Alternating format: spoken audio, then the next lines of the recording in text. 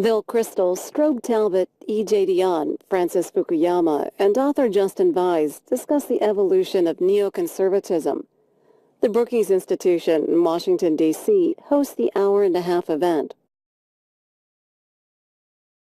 Good afternoon, everybody. It's a great pleasure to welcome you here.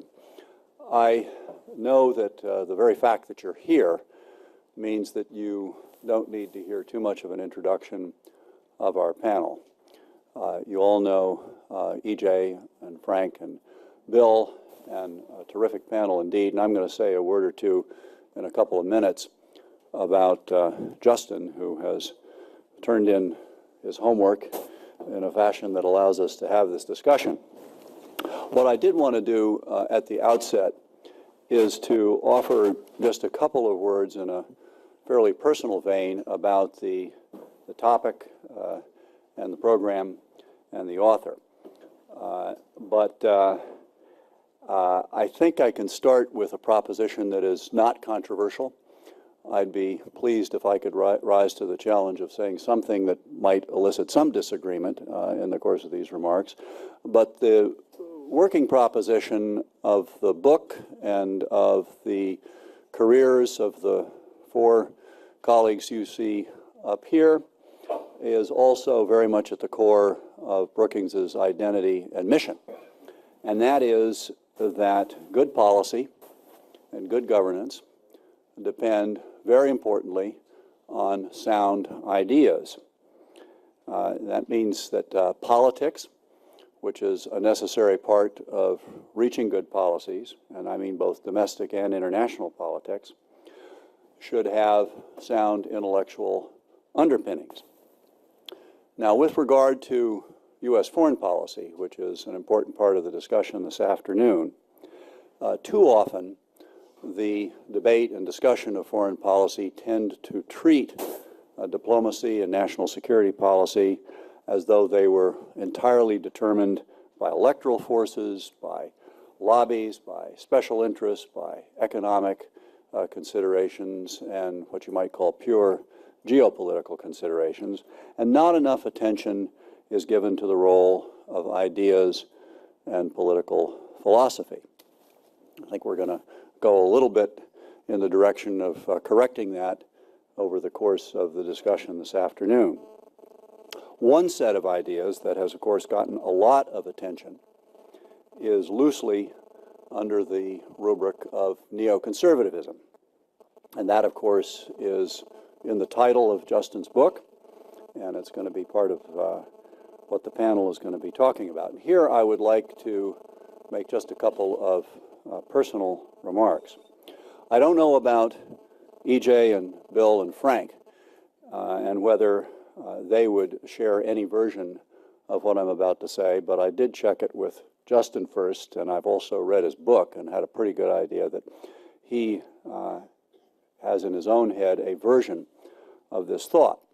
And that is that there is something that should make us all a little bit uneasy about the very term, neoconservatism. And I say that in part because I think one of the afflictions of our politics and our political discourse in this country is what I would call labelitis. We are much too quick to slap labels on ourselves and more problematically slap labels on each other.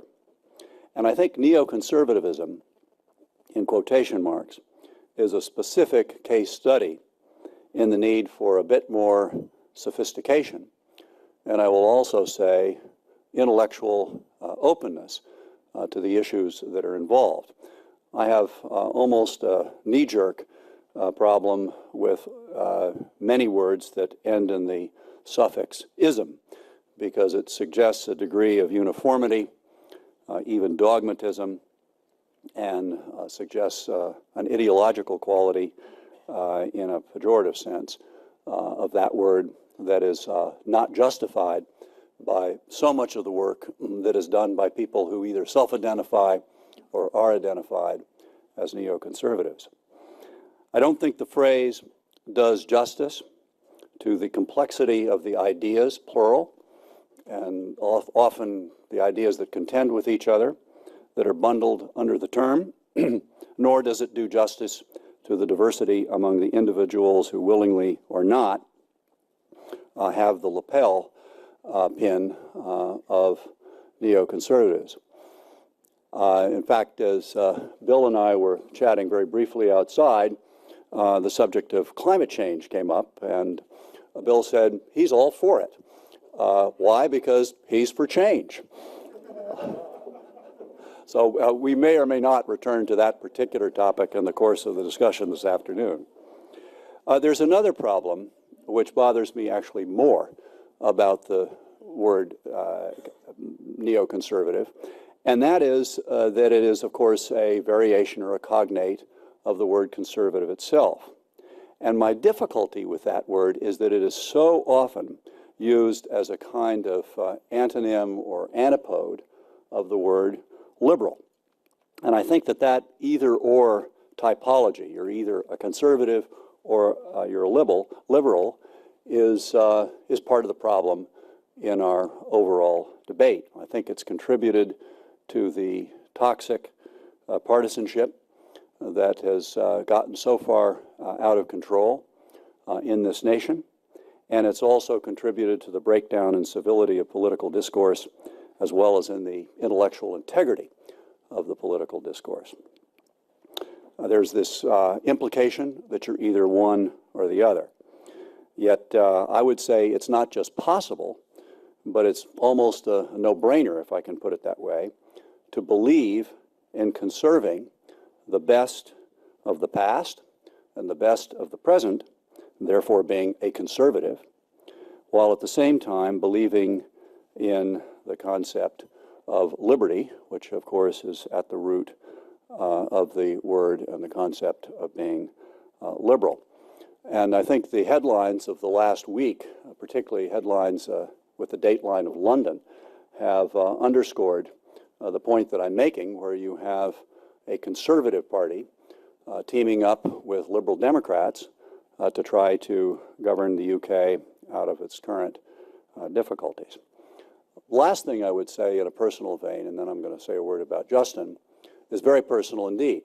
When I came into the Department of State in 1993 and was charged with having to think about and help develop policies on a complicated part of the world, one of the first things that I did was to try to enlist as a colleague somebody named Eric Edelman.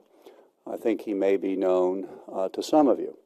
And I did that for a number of reasons, including his expertise on military and diplomatic matters, but also because he was deeply steeped in the traditions and the school of thought that is often characterized as neoconservative. He would literally send me home on Friday nights with homework assignments that involved reading a lot more Strauss than I ever intended to read. And I might add that there was a certain amount of Crystal and Fukuyama in my homework assignments in those days as well. Anyway, I hope I've made and not overmade the point. Much more interesting than my views are those of the panelists, and you know them well, but let me say a word or two about Justin. He is, in a way, kind of the quintessential Brookings scholar. He's been here, at least associated with Brookings, longer than I have, and he's a lot younger. He came here as a visiting fellow in 2001. In the great Brookings tradition, he has passed both ways through the revolving door, which is to say he's gone into public service, in his case in his native country, France, where he served on the policy planning staff, the most appropriate parts of the Quai d'Orsay to have worked, given his interests. And he has come back to Brookings, working as a specialist on Europe in general, of course, and in particular on the issue of Islam in Europe. He has an earlier book that was published by the Brookings Institution Press that I very much recommend on the subject of Islam in Europe, and that was done under the auspices of our Center on the United States and Europe. He has another specialty, which is the intellectual history of U.S. foreign policy, and that too has now borne fruit. Justin has been working on this project for a very long time. The time was well spent.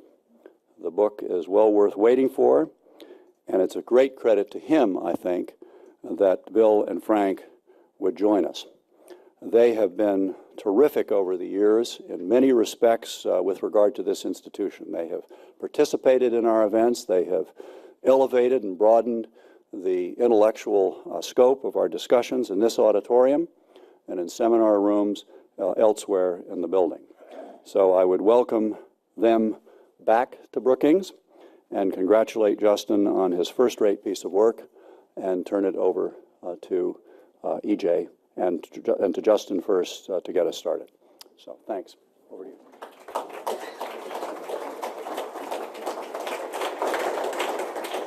Well, thanks very much, Strobe, for your kind words, and thanks again to the panelists for doing this today. My wife told me not to summarize what's in the book, because if I did, you wouldn't buy it. So instead, I thought I would start by elaborating on Strobe's points. First, as Strobe related, the book is premised on a conviction. In domestic and foreign policy, ideas have consequences. It doesn't mean that material forces are secondary, but ideas, concepts, and representations that serve to interpret the world play an essential role in the policy process. This is especially true for American foreign policy, where elite representations matter more, arguably, than in domestic policy. Neoconservatism is a case in point. It is a quintessential elite movement, basically limited to a few dozen active people in Washington, D.C. and New York City. There are no prominent neoconservatives in Des Moines or in Memphis. There are no politicians who run on a neoconservative platform. And yet, the impact of neoconservatism has been sizable. This is not to say that a group of intellectuals can somehow control American diplomacy. The intervention in Iraq, for example, was decided for a variety of reasons, foremost of which was the transformation of threat perception by the American government after 9/11.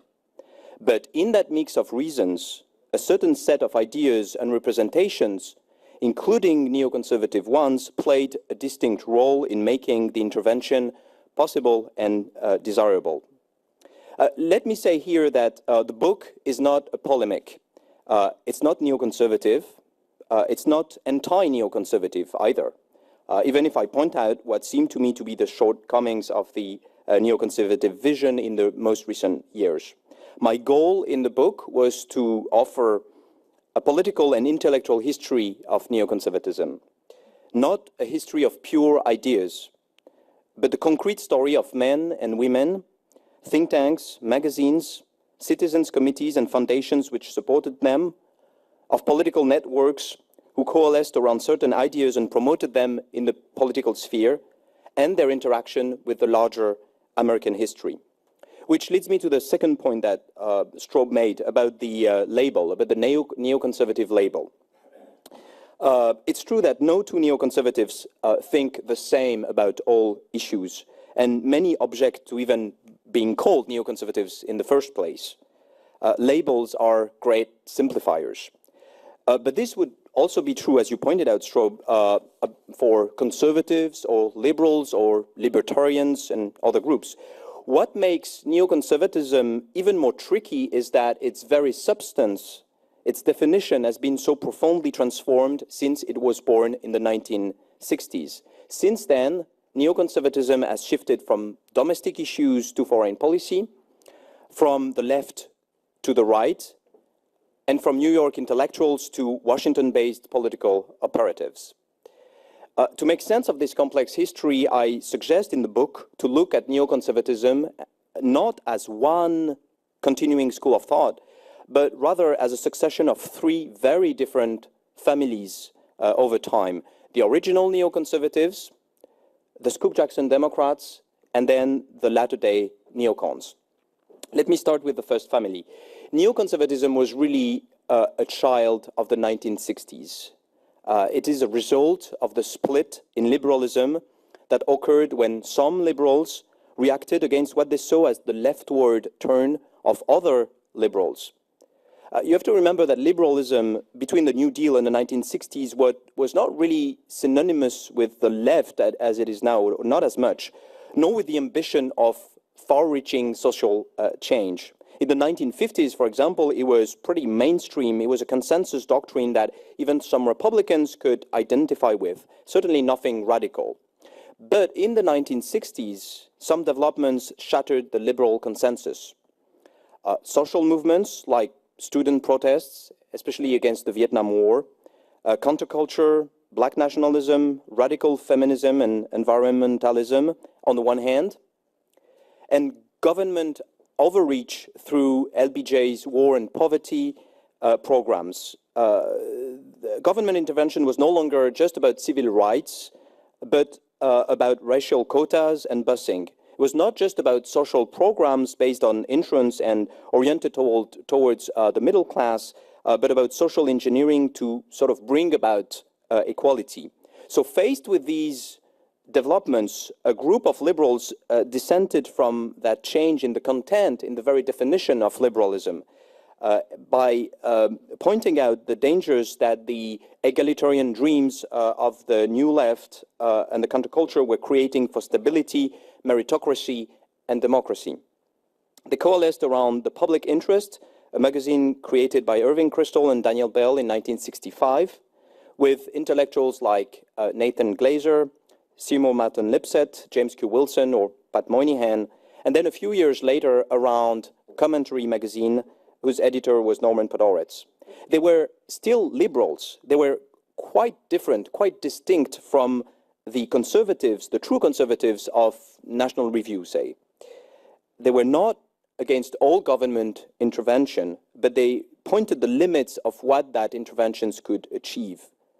Still, their opponents on the left rejected these intellectuals and tagged them with the label, with the epithet, really, neoconservatives, so as to banish them from the confines of liberalism.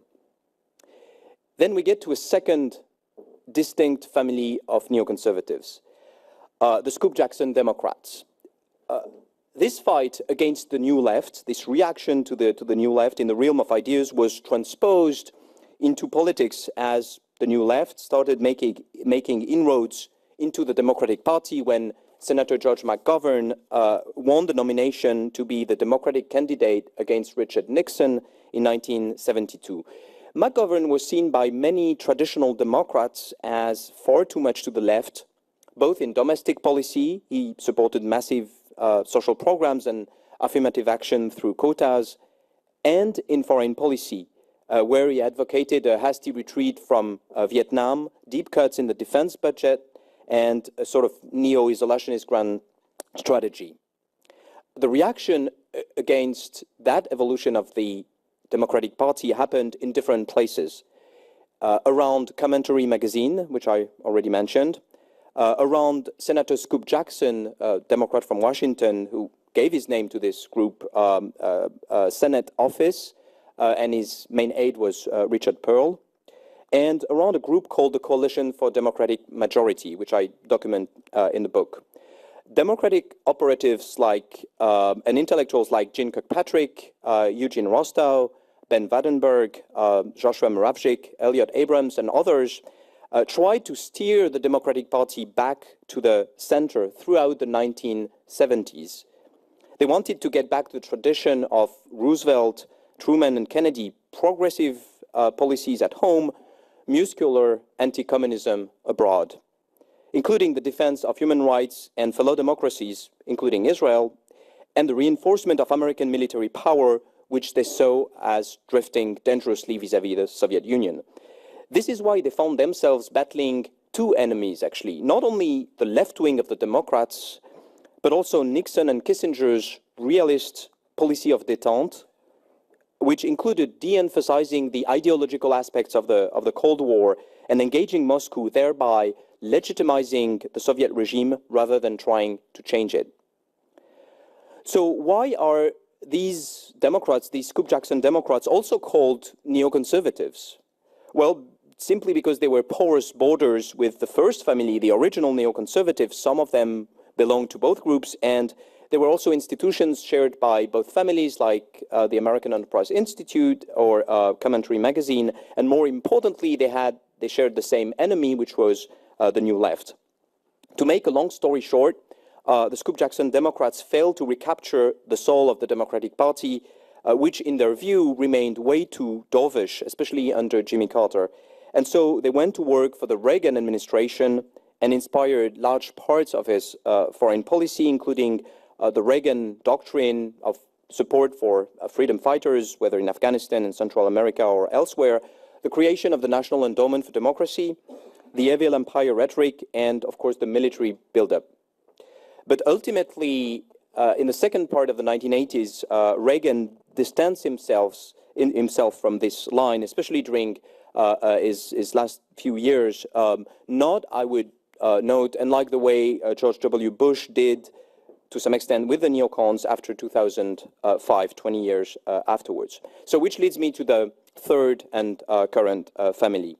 In the mid-1990s, at the very moment where neoconservatism was being declared dead, especially because the Cold War had been won, a third family of neoconservatives appeared, the latter-day neocons, who coalesced around the Weekly Standard, launched by Bill in 1995, but also the American Enterprise Institute and the projects for the New American Century between 1997 and 2006, and figures like Bill, like Bob Kagan, Gary Schmidt, Max Boot, Duke Faith, and others.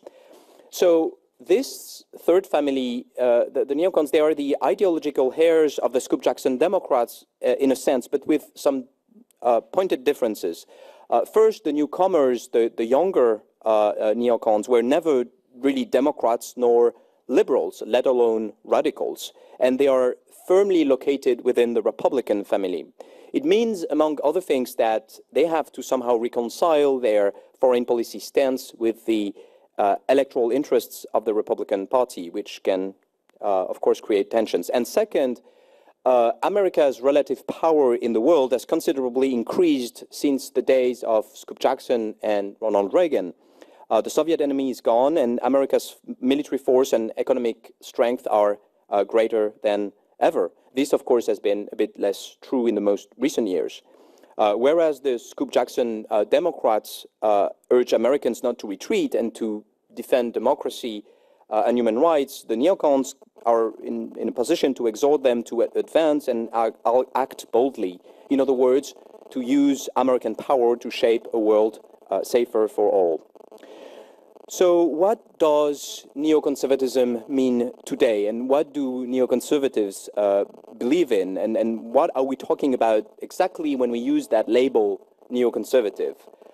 Well, today, neoconservatism is a school of thought really restricted to American foreign policy, I would argue, that stands in contrast to isolationists, liberals, or realists, and combines 5 principles. The first one is internationalism, the belief that America should be active in the world and shape international order. Otherwise, this order will be shaped by others in ways that reflect neither America's interest nor its values. The second principle is primacy, the idea that American hegemony is good for America and is good for the world and should be preserved. The third one is unilateralism, the skepticism that international institutions, especially the UN, can play any useful role in safeguarding peace, and the belief that America is the real purveyor of stability should not be tied down by treaties and institutions which include so many free riders and dictatorships.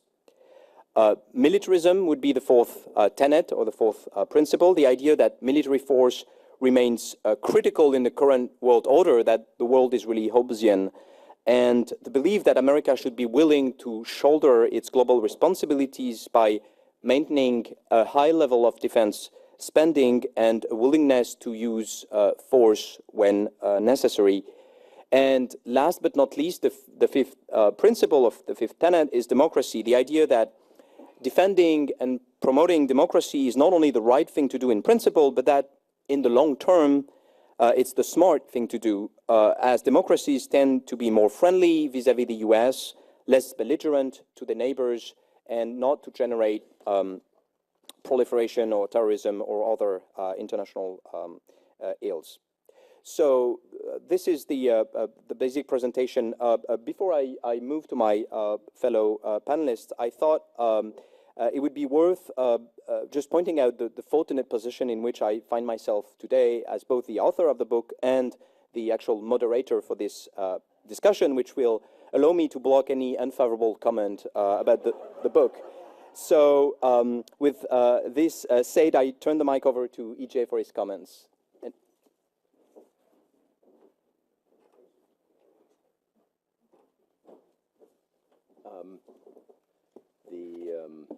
I hope that you don't exercise that power to use unorthodox interrogation techniques against us. I am really honored to be here. I love Justin and it's a fantastic book. Anyone at a think tank has to love the idea of a book arguing that ideas really matter, that ideas have consequences. Disagreeing with that and being at a think tank is like owning a McDonald's or Five Guys franchise and being a vegetarian. So I want to thank you for that. And I also want to thank neoconservatives in general. I think that neoconservatives have done more for liberalism than anything since Herbert Hoover's 1932 campaign. And so we are very grateful. Bill, you're a good man. You know, I'm a liberal myself, or maybe I'm a neo-paleo-retro, proto-eco-metro liberal or something like that. You may recall back in the 60s and early 70s, many neocons, this may have been one of Bill's father's lines, it was said that a conservative is a liberal who's been mugged, or alternatively, a liberal who's been mugged by reality. I think in 2010, a liberal is a former moderate who's been mugged by the reality of neoconservative policies. But I want to say it's a tribute to Justin that he could draw this very broad group here. He really has two of the best possible respondents here, plus me. You have Bill Kristol. His dad was the godfather in neoconservatism. I figure Bill is either the ringmaster or the precinct captain of what remains of neoconservatism. And I've said many times that Bill is the warmest, kindest, most thoughtful person I know, who also wants the United States to be at war simultaneously with as many countries as possible. And so I always love being with Bill.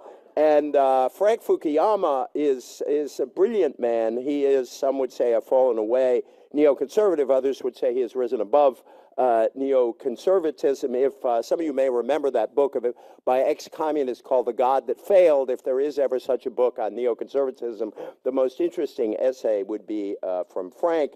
And we could actually, if just Bill and Frank did it, we could have a great Hegel versus Strauss discussion here today, but that might not help Justin sell many books, which we wouldn't want. And by the way, Justin underplays, I think, the role of Leo Strauss in his book, which proves that he is part of the Straussian conspiracy. Straussians, as you know, always tell you how smart they are and how little political power they actually have.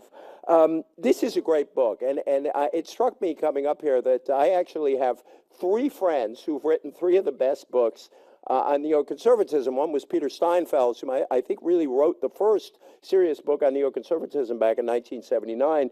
Gary Dorian wrote another great book, and now Justin. And it's intriguing that Justin is French, and Peter Steinfeld was a student of French. He got his PhD in French history. And it may be that either our French comrades or someone steeped in France, the French are more likely to see the importance of ideological movements than others. But I say in the blurb, my blurb for the book, that you know, if Tocqueville helped us understand Jacksonian America, then Vallis helps us understand our current moment. And so I could spend all my time praising Justin and his book, but I just assume you will read it and buy it. I thought it would be more interesting, except for Justin himself, for whom 8 minutes of praise would be just fine, to note either where I would extend his analysis or where I have a few disagreements with him. So I want to start with the first point. Justin has a paper, a very interesting paper there called Why Neoconservatism Still Matters. I'd like to argue that neoconservatism no longer exists, at least as neoconservatism was originally conceived. And in a way, I am simply building on Justin's analysis in making this point. He has a wonderful chart at the end of his book as a supplement to his book where he describes the first and second and third ages of neoconservatism. It's got everything from heroes to adversaries, keywords, campaigns. It's actually a superb chart. That alone is worth the price of this book. But if I understand neoconservatism at all, it was an intellectual movement that began in around 1965, really with the foundation of the Public Interest magazine. And I think what made neoconservatism distinctive was its skepticism about ideology in general. It combined in a very interesting way liberal sympathies with skeptical conservative sensibilities. And I think that it was the spirit of the Public Interest magazine, certainly a magazine that I admired very much. The reason I would argue that neoconservatism, at least as anyone understood it when it began, no longer exists, is because I think starting around somewhere in the late 1980s, neoconservatism really split into two movements. I think one part of neoconservatism stayed with or drifted back toward the Democratic Party, and that many of the people who had been called neoconservatives as dissenting liberals remained liberals. The names that come to mind: Daniel Bell, Daniel Patrick Moynihan, Nat Glazer, who can't easily be classified, Mark Lilla, who also can't easily be classified to some degree, Marty Lipset. The other wing of the movement became straight-out conservatives. I think, in fact, the transition from Irving Kristol to Bill Kristol is an interesting case in point, where, except for Bill's brief time as a precinct volunteer for Scoop Jackson, abandoned the Democratic Party fairly quickly, abandoned liberalism, and moved into straight-out conservatism. I do not mean this in any hostile way. I just think it's a description of reality. Bill did work in the first Bush administration for Dan Quayle, and his sympathies were clearly conservative. He will tell you the story of how he voted in 1984, or at least I hope you do. And I think that because we view neoconservatism now so much through the prism of the Iraq War and foreign policy concerns, we forget that this split, as I see it, I think began not around foreign policy issues, but around domestic issues. And I think the rise of supply-side economics is very important. And Justin does talk about this in the book, that some neocons, particularly Irving Kristol, were very taken by supply-side economics. They saw it as the answer to liberalism's skill at giving benefits to people. Irving Kristol invented the great theory of the two Santa Clauses, and that the liberals had the Santa Claus that gave people things through government, and so conservatives could be a Santa Claus who gave people things through tax cuts. And Jude Winniski, the founder of one of the founders of supply-side economics, found one of his most important homes in the Public Interest magazine. And so you had a whole group of other people who were neoconservatives who were basically absorbed in the larger conservative movement. And it's hard now, I think they are a distinct tendency perhaps, but they are really simply part of the larger conservative movement. I think my one bit of evidence on behalf of this thesis is that sadly, several years ago, the Public Interest magazine died, and it has been replaced by a new magazine, which is a very interesting magazine called National Affairs, but I think it is unquestionable. The new magazine is unquestionably a conservative magazine in a way that the old Public Interest on the whole was not. I think a second big transition is, in this transition I'm talking about, is that the law of unintended consequences, which to me was one of the great lessons of neoconservatism, is now no longer central to the neoconservative idea. Indeed, I was arguing with Bill about the Iraq War before the war started, and I said, one thing I learned from you neoconservatives is the law of unintended consequences. And my greatest fear about this war is that it will have more unintended than intended consequences. Just a couple of famous quotations on this. Dan Bell, one of the earliest editors of the Public Interest, wrote years before the magazine was founded, for the radical intelligentsia, the old ideologies have lost their truth and their power to persuade. Few serious minds believe any longer that once they are set down, blueprints and social engineering can bring about a new utopia of social harmony. That was not a critique of the Iraq policy. Or Jay Forrester's idea that, quotes, in complicated situations, efforts to improve things often tend to make them worse, sometimes much worse, on occasion calamitous. I think the new neoconservatism, or what's followed neoconservatism, does not, on the whole, follow those warnings. Indeed, I think it's skeptical of some of those warnings. It is a movement that sees much more possibility out of government action, particularly if it's engaged in other countries. Two other points I want to make. Justin argues correctly that when one can take a movement like neoconservatism and use it as a prism to view many parts of our history. And this book does a wonderful job of that in so many places, and he has some very interesting and useful accounts of all the fights inside the Democratic Party. And at the end of the book, he makes a wonderful point, I think, where he says that in some ways it's not clear whether you should view neoconservatism as more part of the history of liberalism or more part of the history of conservatism. But I do think it's a mistake to view too much of our history through the neoconservative prism. For example, I think there's a tendency to assert that Cold War liberals, anti-communist liberals, tended to become neoconservatives. In fact, many Cold War liberals remain liberals. Many Cold War liberals actually opposed the Vietnam War, two of the most prominent being Reinhold Niebuhr and Arthur Schlesinger Jr. And Gene McCarthy, the great anti-war, one of the two great anti-war candidates in 1968, was clearly no leftist. Many who opposed George McGovern in 1972 did not become neoconservative. They remained liberals and Democrats, most notably Hubert Humphrey, Walter Mondale, Ed Muskie. Indeed, many who supported McGovern were not McGovernites. McGovern himself, by the way, says he was not a McGovernite as it came to be described. The great McGovern line, he said, "I wanted to run for president in the worst way, and I did." One notable McGovernite who was not a McGovernite was Bill Clinton, the founder of one of the key figures in the Democratic Leadership Council. And so I think that it's hard now to distinguish between neoconservatives and any other kind of conservatives. The Weekly Standard, Bill's magazine, is important not because it provides conservatism with a distinctly neo voice, but because it finds itself right in the middle of the Republican conservative Fox News consensus. Its positions now overlap substantially with those of the National Review, something that could not be said so easily of the old Public Interest.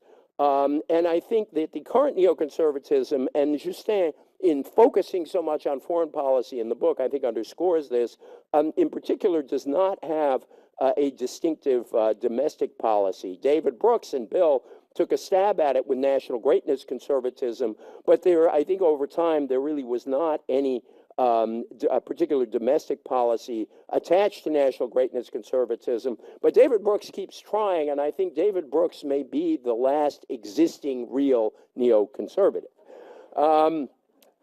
Having said that, individuals who carry the label will remain important voices. Neoconservatism is fascinating, but I believe a bygone intellectual movement. And I just want to close by quoting the founding statement of the Public Interest magazine, not the whole thing, you'll be happy to know, because I think it says something very important that we can all still bear in mind.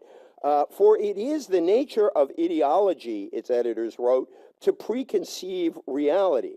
and that is, and exactly such preconceptions are the worst hindrances to knowing what one is talking about. I think that's a great warning. I think those of us who are neo, proto, whatever kind of liberals should take it to heart. I think current day neoconservatives would do very well to go back to that original essay and read it again about 5 or 6 times. Thank you very, very much.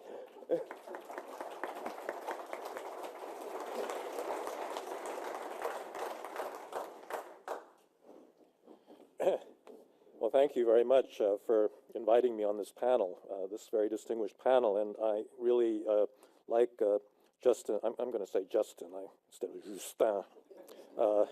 You'll bear with me. Yeah, but we're in America now, so. Yeah. But he really has written an extraordinarily good history. This is a temptation, I think, that both in our blurbs, both EJ and I fell for, is to compare him to previous French observers of the United States. I would not say Tocqueville, because it's very hard to meet that standard. I would also not say Bernard-Henri Lévy, because that's too low a standard. But in fact, there has been a tradition of quite good French writing on contemporary American politics. The book I'd point to is the one by Alain Frachon and Daniel Vernet that was actually published at the time of the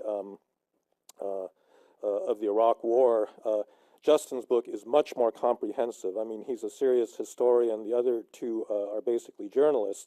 And so he's filled in a lot of the gaps and documented in a much more systematic way the history of this movement. And there's a number of reasons why I like it a lot. As Justin said himself, he's made very clear that there is no party line in this movement, and I think he's really paid attention to the complexity of the ideas that have underlined it. One of the early lines of defense of many neoconservatives when they were attacked was to claim that there was no such thing as neoconservatism, and by that I simply think it meant that there were really quite a lot of different ideas feeding this movement, and I think Justin's account of the 3 different ages is roughly right, and the kind of generational changes that were involved in moving from one to the other. And it makes, I think, very clear that this interpretation that neoconservatism was something like this alien spore that came from Mars and settled on the fertile plains of the United States and then took over the minds of these wholesome Americans is just not right, because in fact most of the tenets of neoconservatism are actually very old ones in the American tradition and in American foreign policy. I just think that the way that they were put together, particularly in the 2000s, was in a way quite unique, but every single one of them had deep roots. Justin mentioned these 5 pillars: internationalism, primacy, militarism, democracy, unilateralism. I think that's, I think you could actually collapse the primacy and militarism into a single pillar. But I think if you look further back at the history of the movement, there's another important pillar that was there right from the beginning and was the essence of the Public Interest magazine, which is what EJ had just alluded to, which was a great skepticism about the prospects for very ambitious social engineering. In addition to the examples that he gave, I'll just cite 2 of the classic books that came out of that. One was James Q. Wilson's Thinking About Crime, in which he explicitly says, and this was in the midst of the great crime wave that began in the mid-1960s, and when he wrote that book, finally in the 1980s, he said, look, anybody that thinks that you can deal with crime by getting at root causes like poverty and racism doesn't understand the limits of public policy. What you can do is ameliorate some of the symptoms and manage the problem, but you cannot deal with root causes.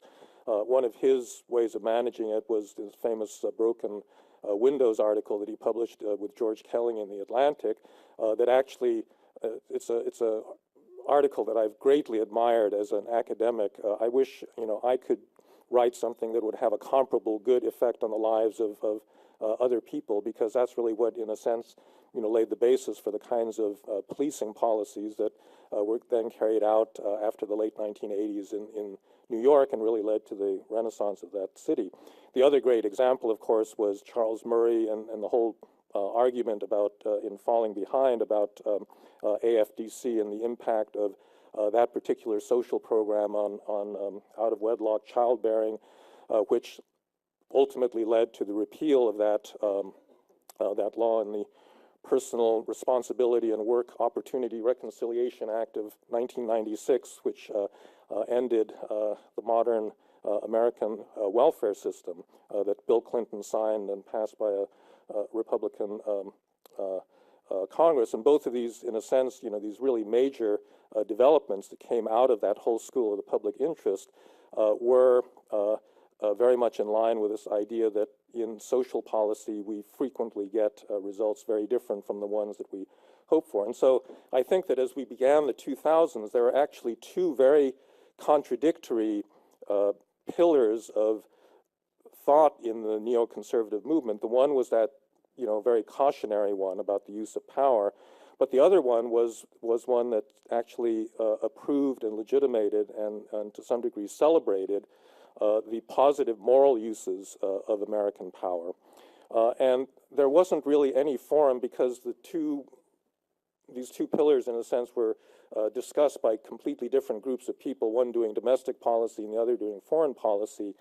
There never was an effort or an opportunity, I think, to try to reconcile what were actually quite contradictory points of view of the opportunities for human agency to manipulate social outcomes. And I think what happened in the 2000s is that the power principle won out over the cautionary principle, and that's what led to the result that we had in advocacy of the Iraq War. Another point that I admired about Justin's book is he was very polite today, but he's also, I think, doesn't let neocons off the hook. And in discussing the movement and the way it evolved in the 2000s, I think, as you can infer from his presentation, there was a shift from a more open-ended intellectual pursuit of ideas towards a more, in a sense, closed-minded advocacy of policies where the ends were not so up for grabs.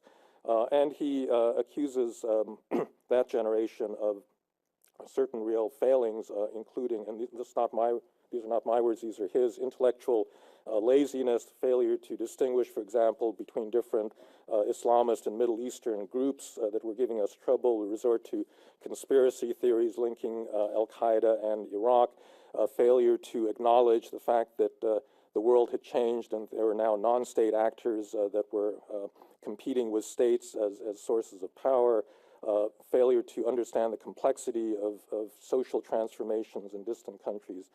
And his other criticism is one of arrogance, of belief in our ability here in Washington to understand very complex issues that are going on in other parts of the world, and then the failure to invest in the kind of knowledge that would make those kinds of decisions or would temper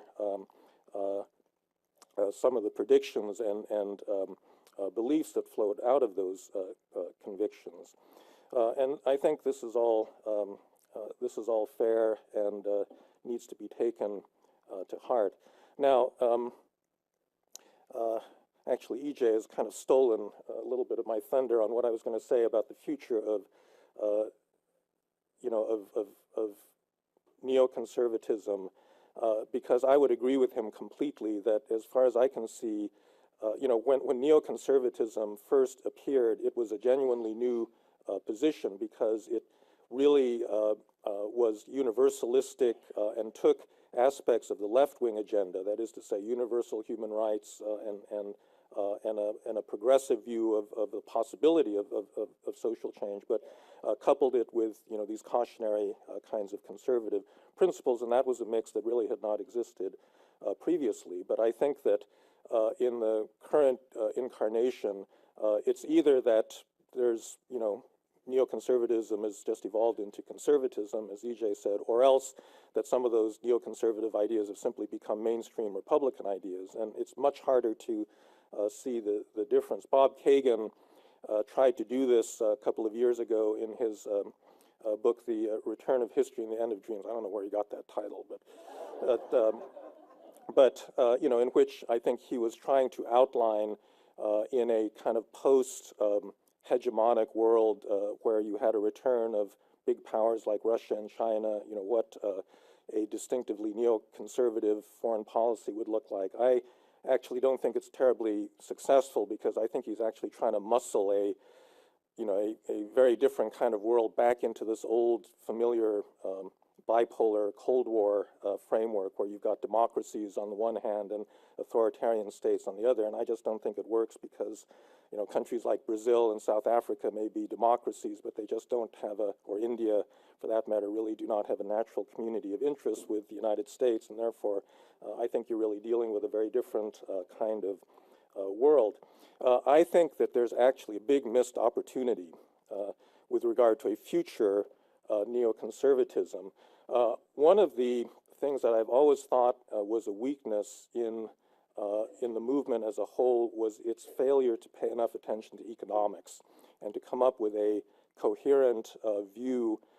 And in a sense, there was, you know, the foundations of this. So Bill's father wrote a book called Two Cheers for Capitalism. Daniel Bell, a long time ago, wrote a book called The Cultural Contradictions of Capitalism.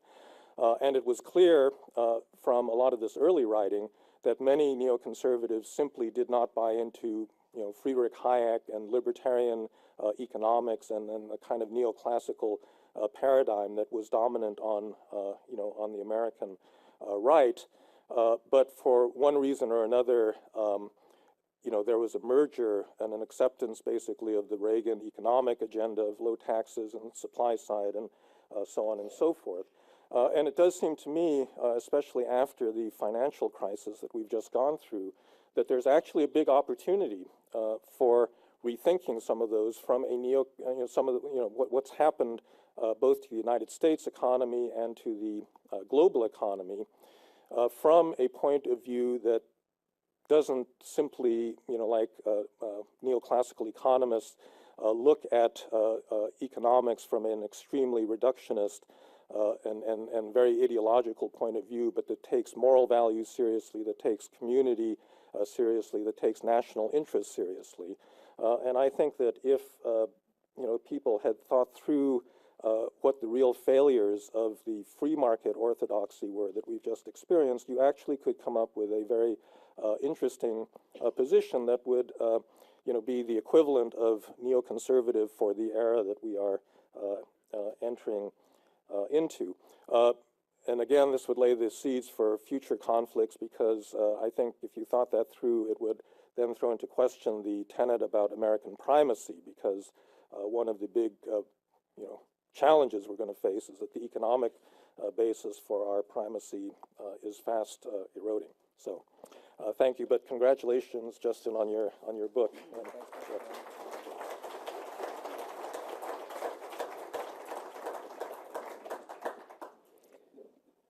Well, thank you. I will join in the praise for Justin's book, and I, of course, will also call him Justin as a neoconservative. I can't, you know, I have to give him the American pronunciation.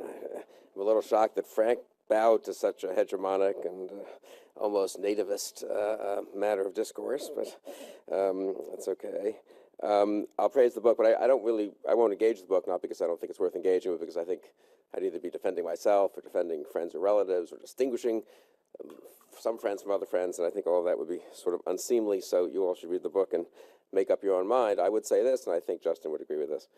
You know, many of the thinkers discussed in the book are serious and interesting thinkers, and I have found in life, maybe this is my bias from studying political philosophy originally, that it's usually better to read the thinkers themselves than even very fine accounts of the thinkers, especially those when those accounts have a purpose not of simply rendering the thought, but of putting them in context as part with other thinkers as part of a political intellectual movement. So I think it's really worth reading the different thinkers in this book. Most of them are available in essays and books. I include Frank's book on the end of history, which has been caricatured as much as a lot of other neoconservative, or maybe I shouldn't say other, but a lot of the neoconservative books that are caricatured or articles.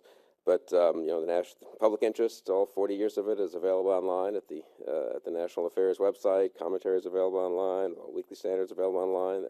Books by various people are available. So I think you will find a lot more diversity than people realize. I think you will find different intellectual strands. There are Straussians and Burkeans and Madisonians, and there were tensions from the beginning, and there were agreements in practice, even when there were intellectual tensions. I think, honestly, if you look at the Commentary magazine in the early 80s, the notion that that was a heyday of greatly diverse views about what to do about the Soviet Union, but now there's a kind of uniformity, I think is a little ridiculous. There are different moments when people agree on practical issues and emergencies much more, and there are moments when there doesn't seem to be a practical emergency, and it's easier for magazines to devote space to more sort of speculative thinking about where to go in the future, and these things are partly driven by the moment of time one is in. In any case, I would just say, read the thinkers themselves, don't simply read about the thinkers. In a related way, my only other comment about sort of the past, before I get to the future, or the present and the future, is I think it's interesting that Justin calls the book, and I don't quarrel with this, the biography of a movement. My father, preferred, but there's no reason that Justin has to defer to my father on this, neoconservative persuasion, though he originally had used other terms, neoconservative imagination, playing off Trilling's the liberal imagination. He usually was pretty careful to try to say that he didn't really think it was a movement in the classic sense of a movement. There was just too much diversity and heterogeneity in terms of both the actual conclusions people had come to, but also in terms of the influences on those different thinkers and political activists, to the degree that some of them were political activists. I think the term movement, I may be wrong about this, the term intellectual movement is itself an interesting idea, actually. I think I'm not sure that it may be wrong, but the first use of it I know of is in Democracy in America, actually, in part 2 of Tocqueville's Democracy in America, where he talks about the movement of ideas in the United States. And of course, an intellectual movement is ideas in motion.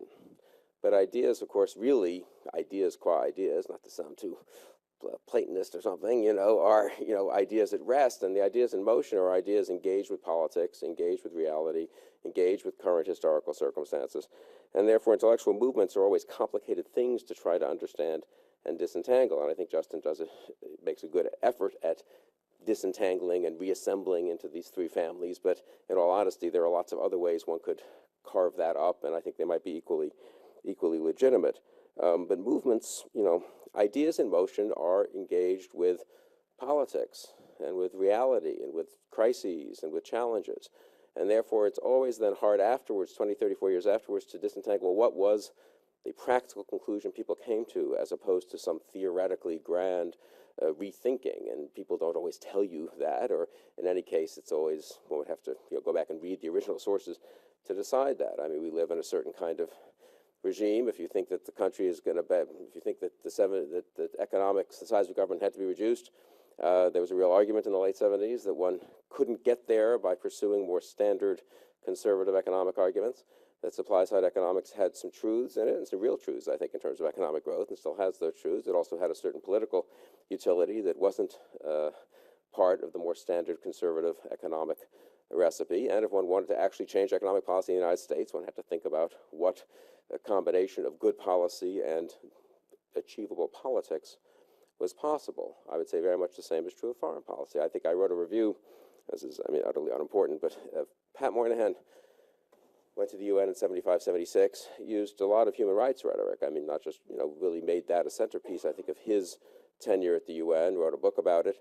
And I remember reviewing the book in the American Spectator, this is a long time ago, in the late 70s, when I was a grad student, I guess, or an assistant professor, and saying I wasn't sure that I really agreed as a matter of political theory that American foreign policy should be excessively driven by a concern for universal human rights. On the other hand, this is a democracy based on human rights, and maybe therefore it's appropriate to achieve reasonable ends, a more decent, a more stable, a more peaceful world, a world friendlier to freedom.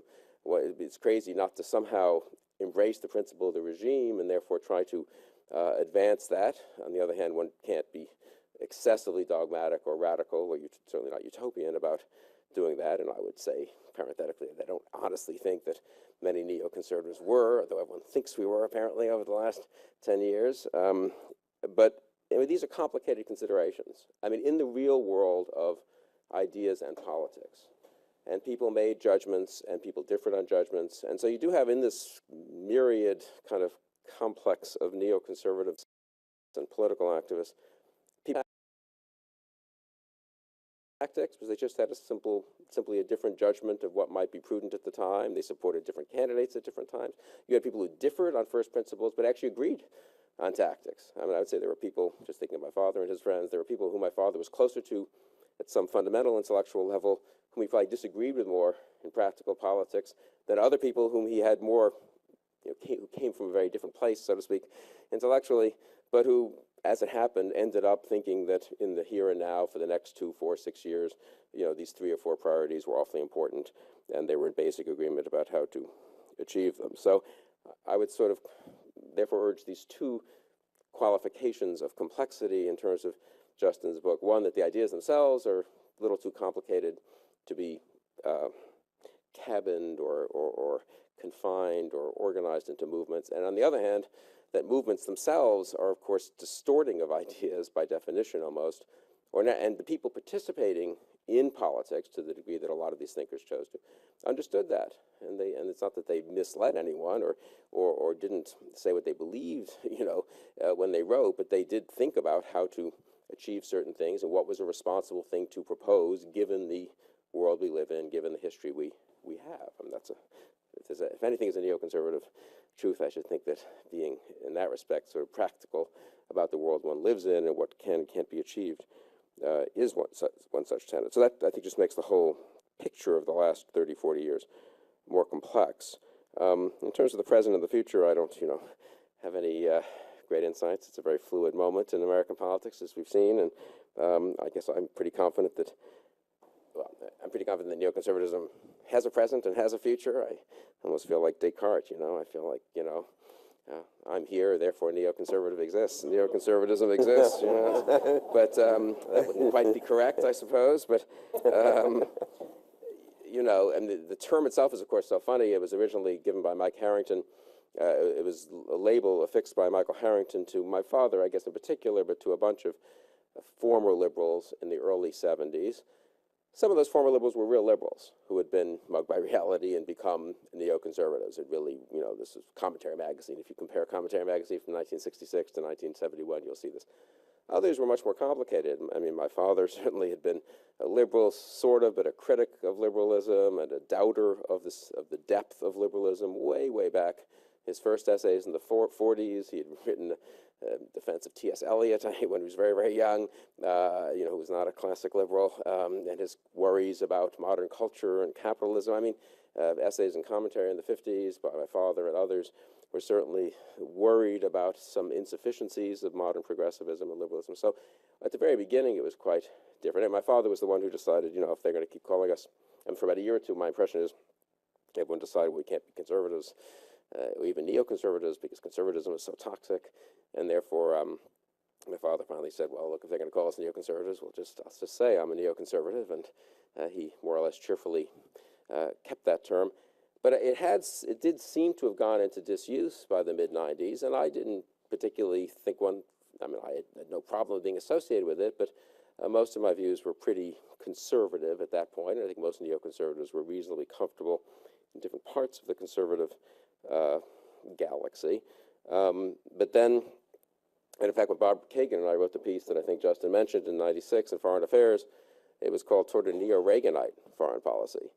And I mean, we weren't being cute, we just thought Reagan was kind of what we wanted to make the case that Reaganism remained a good guiding principle for a post-Cold War world, which was not something that everyone agreed upon on left or right. There were many conservatives including neoconservatives like Gene Kirkpatrick, whose first big essay after the fall of the Soviet Empire had been Return to Normalcy. And so we were arguing with Gene, we were arguing with some old-fashioned conservatives, we were arguing with some liberals, we were agreeing with some Clinton administration liberals.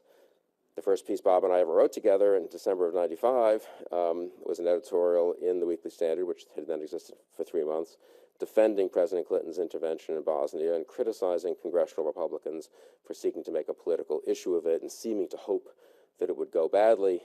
I think at the time we lost about a quarter of our subscribers to the magazine who had just signed up in the preceding 4 or 5 months and who wrote indignant letters about how they didn't subscribe to the Weekly Standard to read editorials defending Bill Clinton. And we ended up actually, yeah, exactly, we did. Well, we tried to go, you know, call it as we see it, you know, defend him one day, impeach him the next. It's politics and life. But, you know, so we did not think much, we didn't use the term. I bet you can't find the term neoconservatism much in the Weekly Standard from 95 to 2001 or so, and you can't find it even that much afterwards because we tried to write about the issues confronting us, not so much about, you know, not self-referentially about how we think about the issues, but the term was then used after 9/11 to attack a lot of hawks, a lot of Bush doctrine supporters, a lot of supporters of the war in Iraq. And again, my attitude is it's fine if that's now, if we're now neoconservatives again, that's a perfectly good tradition, and I'm happy to embrace it. I don't think it's by any means dead or even dying or even suffering particularly. If National Review looks more like Weekly Standard today than it looked like the public interest 30 years ago, that's partly because National Review has changed a lot. And because conservatism has changed a lot, to be honest, and I think that's a good thing. And I'm not taking any credit for it. These people make up their own minds, but you know, it's the broader picture. I mean, it's easy to say, well, the neoconservatives are just part of the Republican Party or part of the conservative movement now, but maybe the character of the Republican Party and the conservative movement has changed, and maybe a lot of it is up for grabs, and as it has been in the past. And there were neoconservatives who preferred Howard Baker and Ronald Reagan and a lot of other people in 1980, and I imagine the same will be true in 2012. I do think neoconservatism has a future. I'll close because there will always be liberals who will be mugged by reality. Liberalism seems to have an amazing ability to produce well-meaning and somewhat utopian intellectuals and politicians who then get mugged by reality, and therefore there's always the potential that they can become neoconservatives. So to those who ask me whether I'm not disturbed by the fact that, you know, young people voted a little bit more for Obama and are consider themselves a little bit more liberal, I say not at all. You know, this is even more potential neoconservatives out there. My final point, though, I would say this. I think the distinctive thing about neoconservatism in all of its different iterations, certainly about those who were willing to sort of embrace the term, was not just that they were mugged by reality, because everyone is mugged by reality at some point or other, and my father, when he used that line, it was a little bit of a joke, obviously. A young colleague of my father's named Mike Scully, who passed away actually at a young age, about 15 years ago, 18 years ago, once commented in the early 80s. They remember there were neoliberals, Gary Hart, all these people who accepted the problems of the Great Society and the welfare state, but who wanted more liberal solutions than Reagan. And I think it was a review of several books by these neoliberals. And Mike said, you know, if a neoconservative is a liberal who's been mugged by reality, a neoliberal is a liberal who's been mugged by reality and refuses to press charges. And I've always thought that was a really deep point. There are a lot of people who acknowledge, yes, I was sort of wrong about something, the world is not quite working out the way I thought, but in politics, and I would say especially in foreign policy, one has to be willing to press charges. That doesn't mean one has to agree on practically what one should do, or that you have to endorse, you know, the Iraq War or the Afghanistan War for that matter, or one policy or another. But I do think if one is going to engage in debates about the real world of policy, one has to be willing to press charges in the sense of saying what the alternatives would be and willing to walk through how those would play out as opposed to other alternatives. And I think at its best, neoconservatism has always been willing to look at reality in the face, but also to try to think seriously about what can be done and what has to be done to press charges in those ways, and not simply to sort of turn one's back or walk away or pretend that all would be well if only we could avoid some choices that sometimes one can't avoid.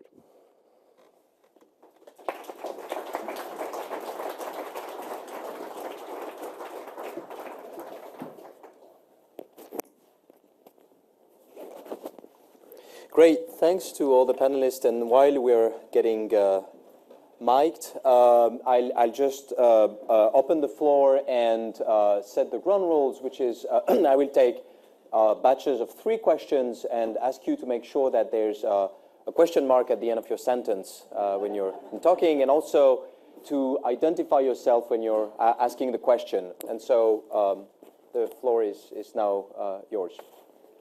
Yes, sir. Hold in for the mic. Hi, Baron Youngsmith from the New Republic. I was wondering if you could talk about military spending, actually. I don't know if you caught Secretary Gates' speech over the weekend, but he sort of seemed to be suggesting that we're ending in an era of sort of flat increases in the defense budget, and it touched off like a couple op-eds about the return of peace through strength, and I was wondering if you guys could comment on sort of how you see that situation playing out. Okay, thanks. Here, Garrett. Thanks. Gary Mitchell from the Mitchell Report. I want to get some reaction from the panelists on an idea that seemed to bridge neocons with whatever their counterparts might be, but a number of people who have worked here and most of whom are now in the administration, and that's the notion of a concert of democracies. And I want to, the way I'd like to sort of pose the question is, what is it about, for those who favor the concept of a concert of democracies, and that's everybody from Bob Kagan to Anne Marie Slaughter to, you know, a very wide range. What's the attraction of that concept, and what is its, where does it fit in the current thinking of this sort of democracy versus autocracy notion that Bob Kagan is talking a lot about? Thanks. And in the back there, sir. John Coffey, retired State Department. Ambassador Jack Matlock, who was present as a key advisor to Ronald Reagan, in a recent book called Superpower Illusions, is very critical of neoconservatives for what he calls a dangerous distortion in the way they interpret the end of the Cold War as sort of akin to a military victory achieved by force and pressure, whereas Matlock maintains it was a negotiated settlement that proved to the interest of both sides. Anyone on the panel who would care to address that, I'd be welcome to hear it. Thanks. We're going to get to the panel. Why don't you want to? You should start. You are the center of attention here, or should be. Thanks. So I'm not abusing the privilege of the chair too much. It's your book. Well, probably I will pick up on the question of the concert of democracies, because one of the things that I mentioned in the book is that as early as the 1970s, among the Scoop-Jackson Democrats, you find ideas of having some sort of concert of democracies, of league of democracies, of community of democracies, etc., so it's an idea that you see sort of popping up regularly as an alternative, of course, to the UN, and sort of wouldn't it be nice if democracies could advocate for their own regime and at least have a caucus at the UN, or perhaps be a complete alternative to the UN. And of course, you may remember that this also popped up during John McCain campaign, in which he actually suggested the creation of a League of Democracies. The attraction, of course, would be to offer the alternative to the UN Security Council, where you have an autocracy and a semi-autocracy, namely China and Russia, and so that you would have basically a better meeting of mind. The problem, of course, is the one that Frank pointed out, which is that interests are not necessarily dependent on the nature of the regime, and we might agree on some issues with China, with Russia, whereas we would disagree with Brazil or with Turkey. Let's take Iran, for example. We all know, and that is one of the problems of Kagan's book of 2008 on Iran, for example, we all know that we have problems with our democratic friends, whether in India, in Turkey, or in Brazil, and so it doesn't solve the problem. And one quick word on the end of the Cold War, a question just to point out the fact that, yes, there is, I mean, this is the fundamental debate on historiography, meaning depending on whether you think that the Cold War was won by a forceful assertion of American power, Star Wars, the Reagan Doctrine, etc., on the one hand, or you think that détente, that's the Helsinki Accords that opened up a space for dissidents, etc., and more importantly, Gorbachev's role and perestroika and the sort of inner rotting of the USSR was the real cause for the Cold War.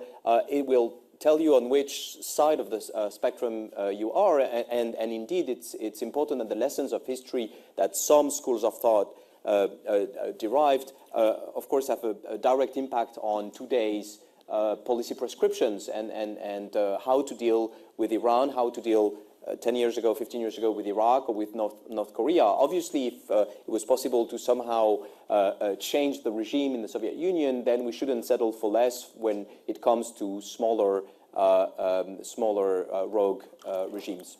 So I just wanted to point that out. But there were maybe other points that on military spending, for example, or considered democracies that other panelists might address.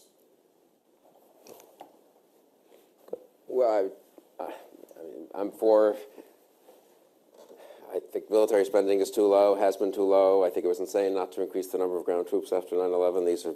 These arguments have been rehearsed many, many, many times, and rehearsed with great futility, I would say, in the Weekly Standard over the last 10 years. And I continue to think military spending is too low. I mean, if we think we can maintain a decent world order at 4.2% of GDP, fighting 2 wars, having increased civilian employment in the last 10 years, incidentally, civilian federal employment more than military employment. I mean, we labored and labored, and we fought in the Standard for 6 years, and finally there was congressional pressure, and the Bush administration agreed to increase the size of the Army and the Marines by, I think, net about 40,000 troops. We've increased the civilian workforce of the federal government by 110,000 people in the last year and a half. I mean, I think that's a wild distortion of priorities when we're fighting 2 wars. Maybe if people think we don't need to fight wars anymore, and if we can secure a reasonably stable and decent world order on the cheap, I suppose that's what people think. Obviously, Bob Gates, I respect Bob Gates, and if he can trim $10 or $15 billion from unnecessary defense overhead, more power to him, but I would prefer to see that come back into defense spending and foreign aid spending and intelligence spending. I want to make clear I'm for soft power as well as hard power. We're not spending enough on soft power. Incidentally, the Obama administration were the great avatars and spokesmen for soft power and smart power, and there's been very little serious revamping of the federal government to enable us to do public diplomacy better, to use intelligence better, and I think an underinvestment in that. So I would say an underinvestment in foreign policy across the board. Now, maybe we can live in a world in which we spend a nickel on the dollar on all of our foreign policy instruments, basically, all of our national security instruments, and Europe, the other main democratic force in the world outside of India, spends less than 2 cents on the dollar. And maybe that's sustainable for the foreseeable future. I'm extremely doubtful about it. And I know people say now, of course, if we're going to now constrain spending everywhere, defense can't be sacrosanct. But I would just say that, in fact, we spend much, much less as a percentage of GDP on defense than we did at the height of the Cold War, and we're a wealthier country. We had a final point on this. I don't want to go on too long about this, but it is really, and it's not partisan. I mean, the Republicans have not done anything much on this either, so I'm not, I almost as exasperated with the Republicans as the Democrats on this. They do a little bit. We had a $785 billion stimulus, Keynesian stimulus, while we were fighting 2 wars, when everyone agreed the military had been stretched. We had a huge task of refitting, certainly the ground forces. We have a pretty big task of refitting the more strategic forces, too. We're flying bombers that are 45 years old, et cetera. We spent $4 billion out of $785 billion on defense. Even from a Keynesian point of view, I think this was insane, incidentally. What did get us out of it? What is the Keynesian account of how we got out of the Great Depression? Doesn't it have something to do with the pre-World War II defense buildup? Isn't the Defense Department good at spending money? Don't they have a lot of shovel-ready projects? That's what they do for a living, unlike the rest of the federal government, which is a problem, actually, because they are not good at, they tend to give money to states and localities and aren't very good at actually employing people to do things. And the failure, the ideological resistance to spending the money on defense. And here that we made a push, and some Republicans in Congress said a few things, a couple of Democrats, but the administration wasn't interested. I mean, I think it really does show, honestly, a lack of seriousness about the world we live in and about our responsibilities in that world. Now, if people want to make a serious argument that we're going to retreat to being an offshore balancer and all kinds of other things, that's nice, but that's not the argument the Obama administration makes, and it's not the argument leading Republicans make. And I do think one tenet of neoconservatism is if you say we're going to maintain our commitments around the world and try to maintain our forward positions and our strength, I think we can afford it. And certainly the rhetoric of the Obama administration and of Republicans is that we can afford it, and I think we should act, therefore, to fulfill our responsibilities in that area. Thanks. Frank? John? Okay. Could I just say something real quick on that? I always want to ask Bill when he calls for his defense budget increases, what taxes will he raise to pay for it, or what programs will he cut to pay for it? And when the Iraq war happened, it just struck me as a lack of seriousness that we went to war without paying for it. And I think that the defense budget is actually an area where we could learn a lot from the original neoconservatism, which is that you do not necessarily make America more secure just by throwing a lot more money at weapon systems. And I think when Bill talks about increasing the size of the military, what we really need to have is a debate over why do we want to do that? What wars do we have in mind to support by doing that? Because I think you do need a military that matches the size of your foreign policy ambitions, but sometimes your foreign policy ambitions also match the size of your military. And I just think that I would welcome an open debate about that, but I do think that after a period of buildup, the defense budget may not have risen as much as Bill wanted, but it went up very substantially during the Bush years. And I think we are going to see a big debate on that. One quick point on the concert of democracies is just there is this fascinating overlap occasionally between liberal human rights advocates and some of what the neoconservatives say. So like something isn't wrong just because Bill Kristol says it, and that although you watch your wallet, but it's interesting. I think there have been moments, for example, when just to pick three people at random, what Bill wrote about Chinese human rights policy, what I was writing in my column, and what Nancy Pelosi was saying on Capitol Hill, there was this overlap, and I think that is actually what may have misled some liberals into supporting the Iraq War. I always thought the one argument for that war that was the hardest to refute is Saddam Hussein is a very bad man, it's an evil regime, and we should go in. Of course, the question is, where does that stop?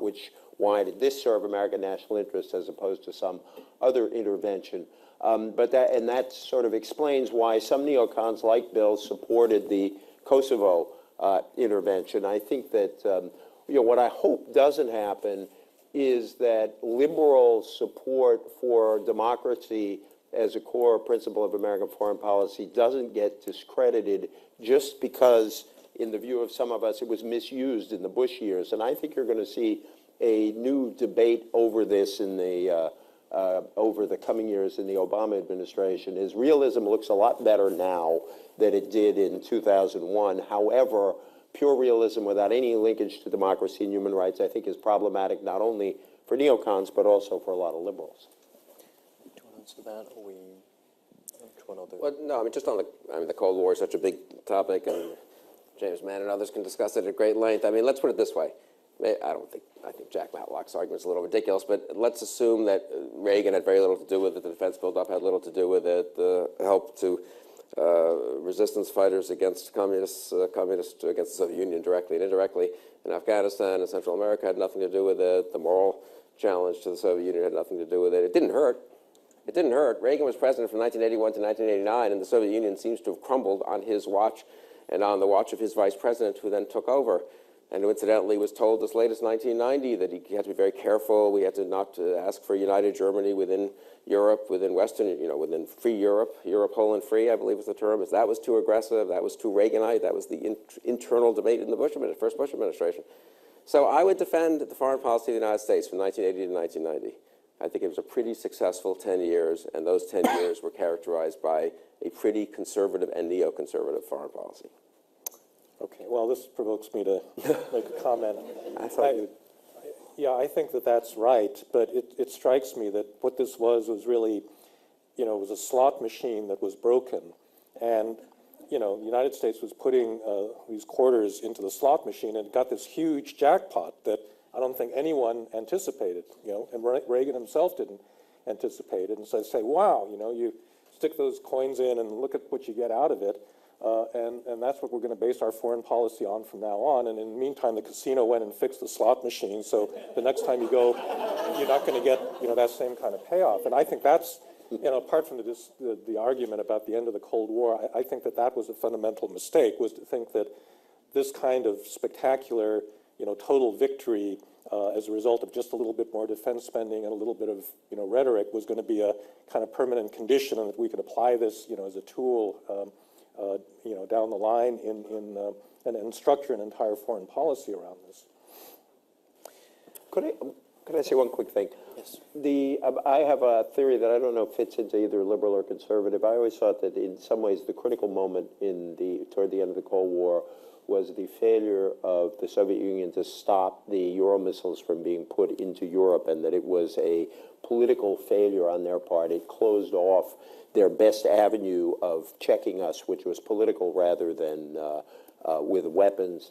And since I say Justin, I would point out that one of the people who supported that was François Mitterrand, who said very famously that while the East is creating missiles, we are creating pacifists.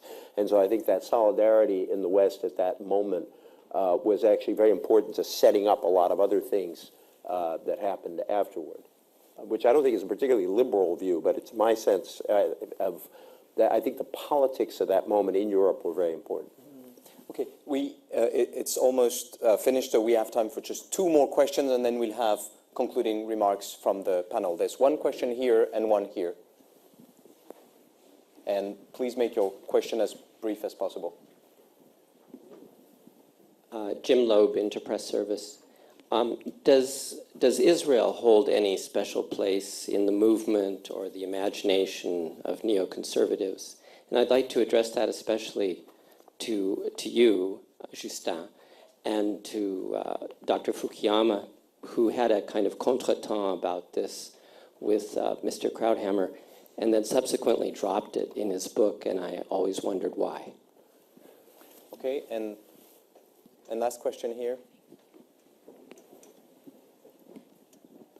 Hi, my name's Pete, and I'm just a taxpayer. I guess one of the lines I liked in your book, Justin, my French is terrible, but I apologize, was that speaking about the neoconservative love affair with the military. And I'm just curious to each member of the panel whether or not the intellectual underpinnings of the ideas should it all be influenced by the fact that, as far as I know, and hopefully I'm wrong, none of the leading thinkers or proponents of the movement, as you call it, have ever served in the military. And I'm just curious, does that contribute in a way to their lack of understanding of what soldiers, Marines, airmen, sailors can actually do on the ground, especially in those forward operating bases, joint security stations, combat outposts that we speak about continuing to man in our posture in the years ahead? Okay, thanks. So I'm going to give a brief answer and then a chance to the three of you to conclude, to answer and conclude. On Israel, yeah, Israel has a special place for many reasons that I mention in the book, especially for the 60s and 70s, the shock of 1967 and also of 1973. And it is true that it has been a very important, let's say, element in the various ages of the movement. That said, it is, and here I would just follow what Gary Dorian, whom EJ mentioned earlier, and who wrote two excellent books on this, said, that is that basically Zionism is an important component, and the defense of Israel is an important component of neoconservatism, but it's certainly not the key to everything else. meaning that it's not sort of the key that will explain the rest of the views, the ones that I mentioned. And once again, the fact that Israel was a democracy did a lot to sort of change the views of many liberals, including many Jews, who had misgivings about the use of American power, and then came to realize that American power could be sort of used to defend democracies, and so there was a sort of conjunction here that operated, and so Israel, yes, remained something important, but not something that explains all the rest. And I let Frank answer on the question. And as for neoconservatives serving in the military, I will simply defer to the other panelists and to Bill maybe. Maybe we could take in the same order that we started. EJ, do you want to say a few concluding words? Yeah, just on this question, I want to leave it to them, but I do think that if the Iraq War was in any way connected to the security of Israel, I think that one of the ironies of the war is that if anything, it left Israel in a less secure position than it was in before, because it had the effect of strengthening Iran's position in the Middle East. We did seem to make Iraq safe for Iran, if not the world safe for democracy, and that's disconcerting. I think, by the way, support for Israel is a position that goes way beyond neoconservatism. It includes most American liberals going back a long way, all the way back to Harry Truman. But there's a lot more to be said on that. I mean, I've spoken enough. I just want to say two things. The first is that I do think this distinction between the largely initially domestically based neoconservatism, its humility about government functions, I think at times that humility led to a skepticism about government's capacity that was dangerous, and yet it was Pat Moynihan himself, who is widely associated with this movement, who even talking about the Great Society that is so often derided by various kinds of conservatives, Pat Moynihan once said there were more successes than we wanted to know. And so I think that at its best, neoconservatism could have and has had some effect in making liberals think more about unintended consequences, think more about how to structure programs. Community policing, after all, was promoted in significant part by Bill Clinton and the Clinton administration. So I think I will say myself that I have learned a lot from that brand of neoconservatism. I worry when neoconservatism itself begins to harden into a kind of ideology, and that for the future, as I said, I don't think that neoconservatism as originally conceived no longer exists, but there will be people holding a series of foreign policy views who will be influential, and many of us will keep arguing with them. Frank? Well, just on this question of Israel, I think that, first of all, the problem is not, that I think that Israel is important to many neoconservatives. The problem is not divided loyalties or putting Israel's interest ahead of the United States. What I said in my argument with Krauthammer is the problem is that many neoconservatives have adopted the point of view, the strategic prism of many hardliners on the Israeli right, including their interpretation of Arab motives and behavior, this idea that the Arabs don't understand any principles of legitimacy, it's only force that they respect, this sort of thing, which then dictates a whole way of dealing with that region as a whole. And I just said, I think that that was a big mistake, and I think that that continues to be a problem. I mean, Krauthammer said that's anti-Semitism, but I just don't believe that that's really what was motivating me. Bill? Yeah, I don't want to get into the dispute between, I don't want to get into any of these disputes, because they're somewhat distasteful, honestly, and I think the questions are not asked in a spirit of inquiry, but in a spirit of gotcha in this case. I mean, it seems to me hard to understand how we now neoconservatives have contempt for the Arabs and think they only believe in force, and are ludicrously utopian about the possibility of building an Arab democracy in Iraq, but maybe those can go together. Can they? Is that what you think?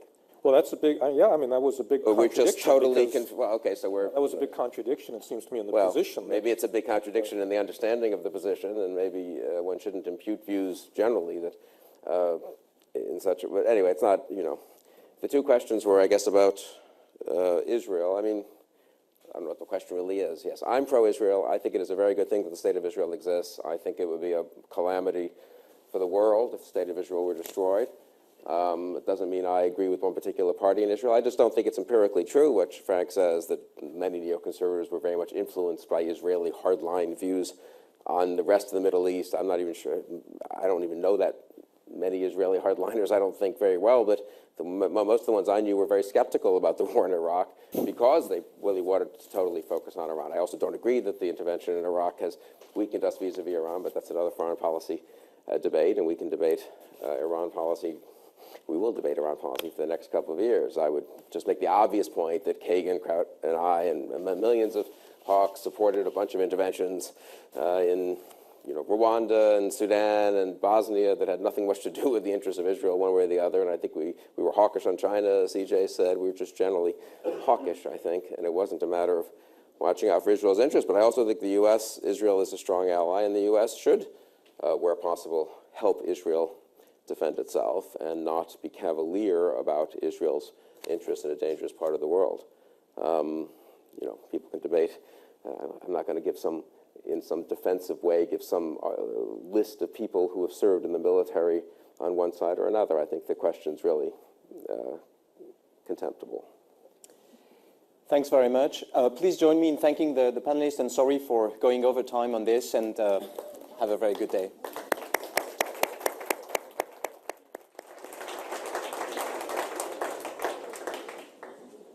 Justin Vise is a senior fellow at the Brookings Institution.